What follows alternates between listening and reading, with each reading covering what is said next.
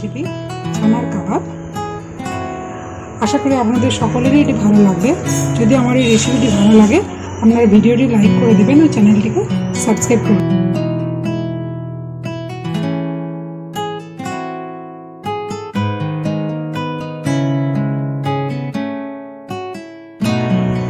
আজকে আমাদের রেসিপি হলো ছানার কাবাব বা পনির কাবাব। আমি এটি বাড়িতে কাটা ছানা দিয়ে তৈরি করব। তো এর জন্য আমাদের লাগবে ধনে পাতা, পুদিনা পাতা, ছোট ছোট করে কাটা পেঁয়াজ, কাঁচা লঙ্কা, চিনি, নুন, স্বাদ মতো। এছাড়াও আমাদের লাগবে ছানা এবং বেসন। তো চলুন তাহলে আজকের রেসিপিটা আমাদের শুরু করা যাক। দুধটা আমরা গরম করে নেব এবং দুধটা ফুটে এলে এরপর আমরা এই ছানাটা কেটে নেব। পাতিলেবুর রসটা আমি এর মধ্যে দিয়ে দেবো। আমি পাতিলেবুর রসের সঙ্গে 4টি পাতিলেবু নিয়েছিলাম, তার সঙ্গে আমি কিছুটা জল মিক্স করেছি। পাতিলেবুর রসের সঙ্গে জল মেশালে কি হবে, ছানাটা যে কোনো শক্ত হয়ে যাবে না। গ্যাসটা আমরা জ্বালিয়ে নিলাম।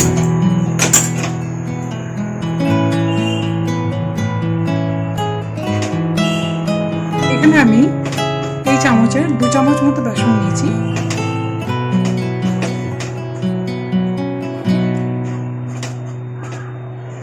বেসনটিতে দেখবেন যখন একটু সুন্দর গন্ধ আসবে তখন বুঝে যাবেন বেসনটি রোস্ট হয়ে গেছে।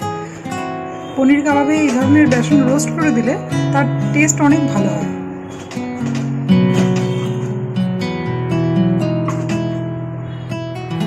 দেখুন প্রথমে আমি এর মধ্যে দিয়ে দেব পেঁয়াজ কুচি।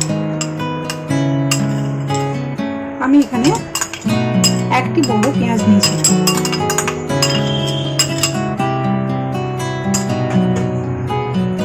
এরপর দেব লঙ্কা কুচি। আমি এখানে 2 চামচ মতো লঙ্কা কুচি দিচ্ছি, আমাদের বাড়িতে একটু ঝাল বেশি খায়। এরপর দেব 1 আঁটি ধনে পাতা।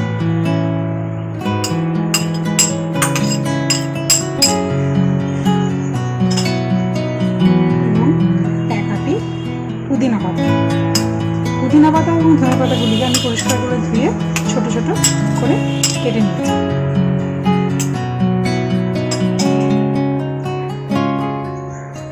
এরপরে এগুলিকে আমি ভালো করে একবার মেখে নেব।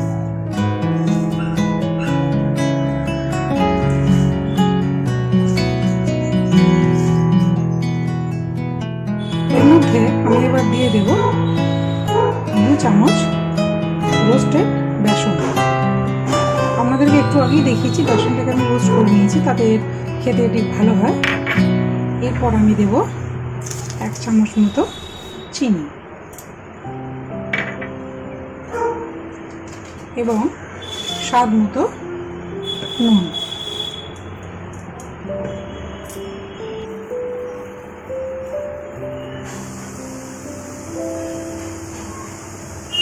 আমি এখানে একটি ডিশে একটু পোস্ত নিয়েছি।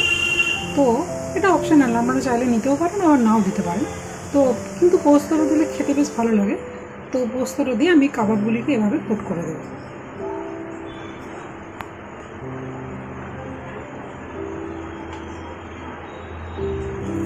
দেখুন কাবাবগুলি আমার সব বানানো হয়ে গেছে।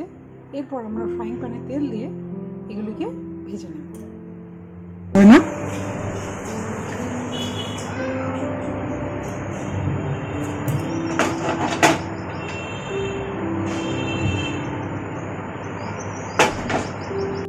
দেখুন কাবাবগুলিকে আমাদের এপিটটা হয়ে গেছে, এতে গোটাটা আমি উল্টে দিয়েছি এবং উল্টে দেওয়ার পর এদিকটা যেভাবে ভেজেছি উল্টো পিঠটা ঠিক সেইভাবেই এরকমভাবে ভাজবো, তাহলে এটা খেতে ক্রাঞ্চি হবে।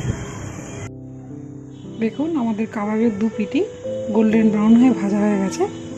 এরপর আমরা গ্যাসের ফ্লেমটি অফ করে দেব এবং একটি প্লেটে এগুলিকে নামিয়ে নেব।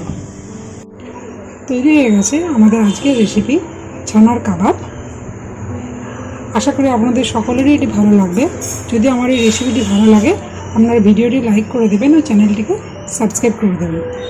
আপনারা সকলে ভালো থাকবেন, সুস্থ থাকবেন। পরবর্তী কোনো একটি ভিডিওতে অন্য একটি নতুন একটি রেসিপি নিয়ে আপনাদের সঙ্গে দেখা হবে। আজকের মতো এখানেই শেষ করছি। ধন্যবাদ।